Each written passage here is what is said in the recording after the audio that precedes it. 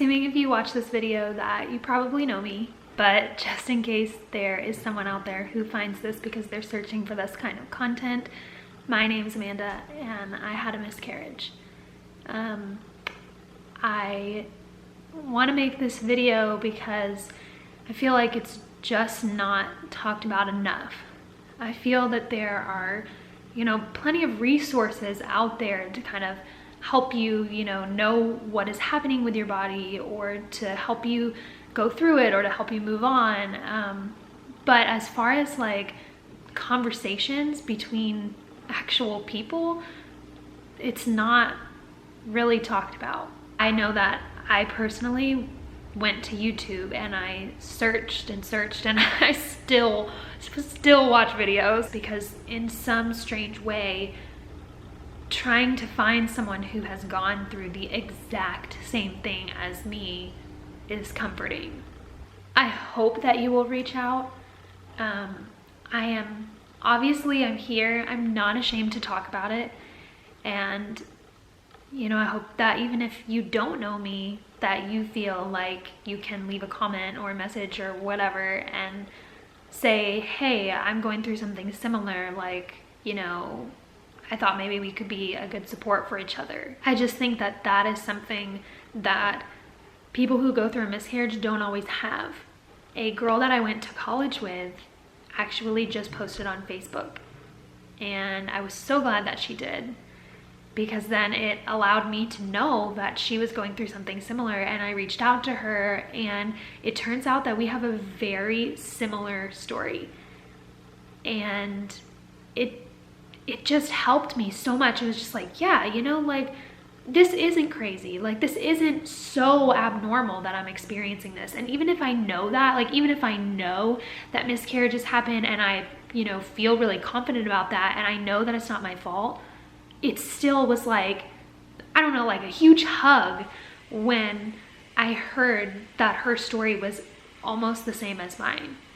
And so I think, by making this video, I hope that it makes you feel, just reassured that this is not something that is abnormal, and that even though it says on the Google sites that this happens all the time, it puts a face to a person who's like you.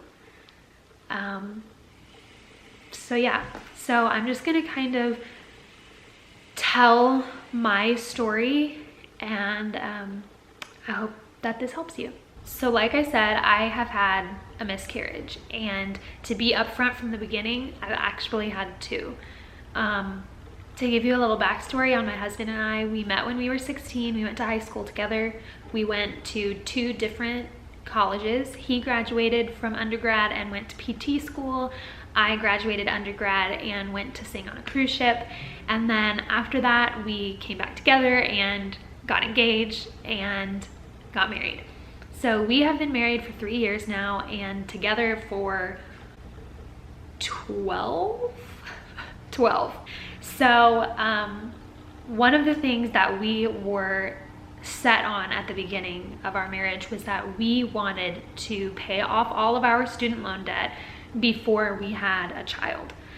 And so we worked really hard at that, and we did Dave Ramsey, and we had some things come up along the way within our family, some sadness that actually helped us pay off our debt, which is a whole nother story.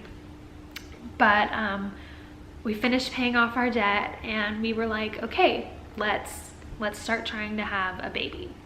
And I don't know about you guys, but growing up, the overarching phrase, idea, whatever you want to call it, was if you have sex, you will get pregnant. And while that is a semi-true statement, it's not the whole truth. The statement should be, if you have sex, you could get pregnant. Because in my mind, like, being told that my whole life, my mindset was, whenever I choose to have a baby, I will have a baby. Like, bam, just like that. And you know, for some of you that may have happened, and congratulations, like truly, I am so glad that you did not have to go through the struggle. But for many of you, you know that that is just not how it works. You know, that it takes a long time. And I think many parents and teachers, educators, whatever, I think many people who are in a mentoring position use that as a way to deter kids. And while it probably works for many, it also hurts them, you know, later in life, if they find out that that's not how it works, you know, and that when they want to have a baby, it won't just happen. So we started trying, and it wasn't happening. And then in January, I found out I was pregnant, and we were ecstatic. 3, 2, 1. All right, let's look.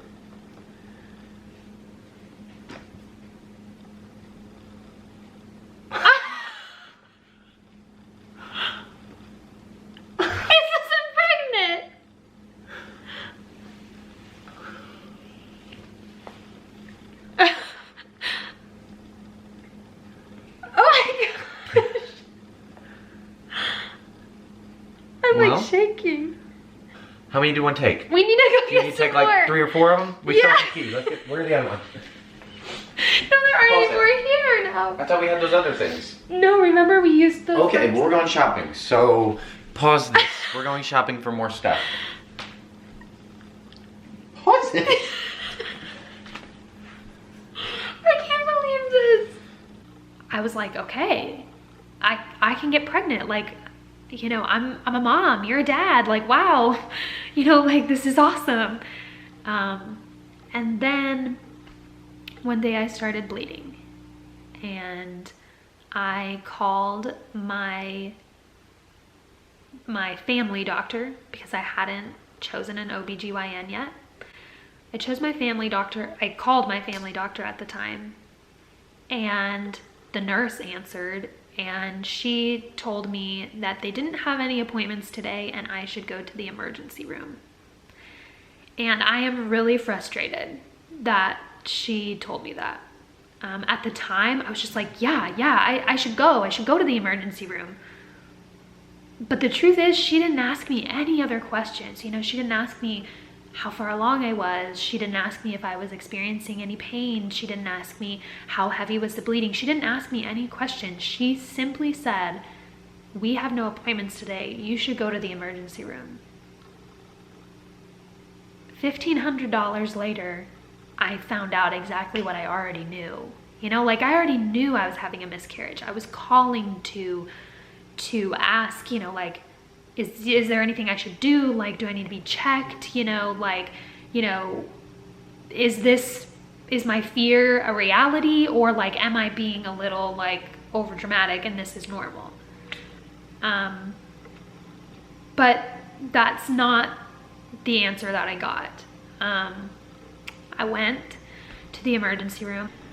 It was taking forever because something messed up with the labs or something, and she was like, you know, you can wait here for another hour or so, or I can just call you with the results.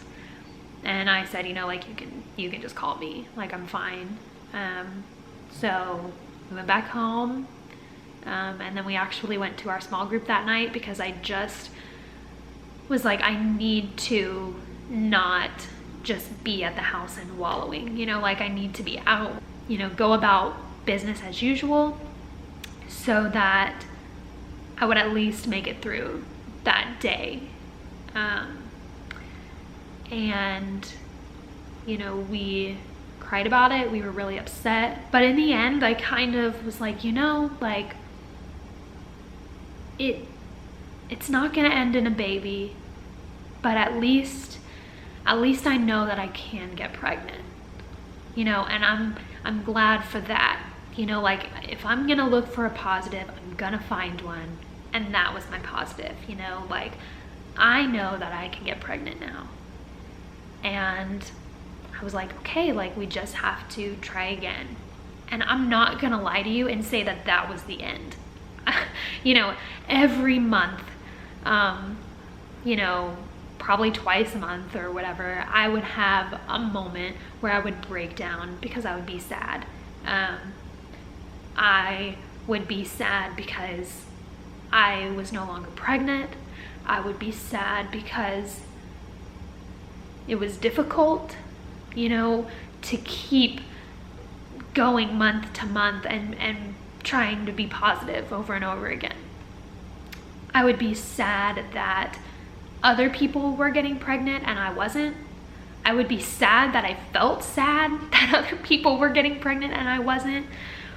And in reality, you know, you're so happy, you're so excited for those people, for those friends, or just, you know, friends on Facebook that are acquaintances, however they are, but you're so excited for them, but you're so sad for yourself. And it's like no amount of excitement can overpower the grief that you have for you and your husband.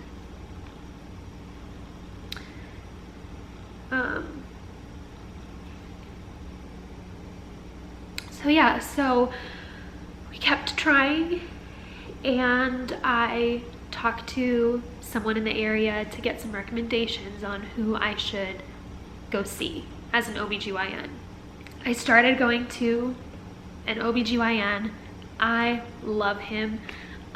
He is so great and everything is checking out normal. I have a normal ultrasound, I have normal blood work, normal everything. My husband's normal, everything's normal. So during that time, I am supposed to schedule an x-ray where they're going to shoot the dye through my tubes. And I go to schedule it, and they tell me that they're not scheduling them right now because of COVID. I'm like, you know, I mean, it's not your fault. Okay, I'll just try again next cycle. Then it's the 11th day of my cycle. I should be ovulating relatively soon, and I start bleeding again. And I'm like, why am I bleeding? So I take a test and I'm pregnant. So I call the doctor's office on Monday and I tell her kind of what's been going on, and she orders blood work for me.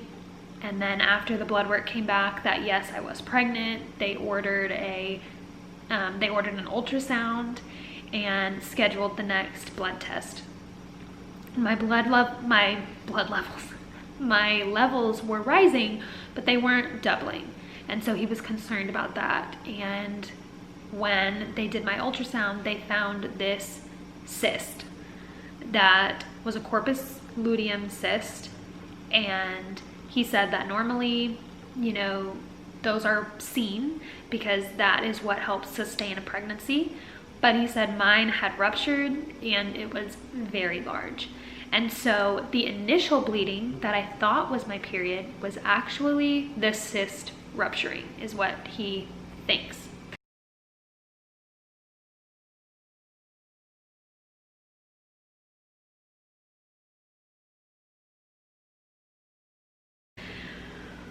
So the cyst was there. He said, I do not want you to get pregnant while you have this cyst.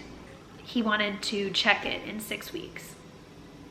And then he decided that he wanted to check it to monitor it because it was large enough that they needed to monitor it. So he's like, I'm gonna monitor it. We'll see how it looks, and you know, we'll go from there. So I went back in 4 weeks and the cyst was completely gone and all the fluid was completely gone, and he was really excited about that. And so was I. And he said that he wanted to start me on a fertility medication. So that's where I'm at right now. I'm just kind of in the waiting game, waiting for everything to move on to this next step. I'm sad about what's happened. I'm doing my best to see the bright side, you know, that even though now is not when I'm having a baby, I will have one eventually. I do believe that good comes from everything. And while there may be a terrible thing happening, there is good coming in other areas because of that terrible thing, that everything works for good. And so here I am, hoping that this second experience, this second miscarriage that I've had, works for good. I'm hoping that, you know, good comes from it, from this video. I'm hoping that someone hears this and they get some comfort from it, and they feel that they aren't alone, and that they have someone that they could talk to should they need to. So if that's you, I hope you message me.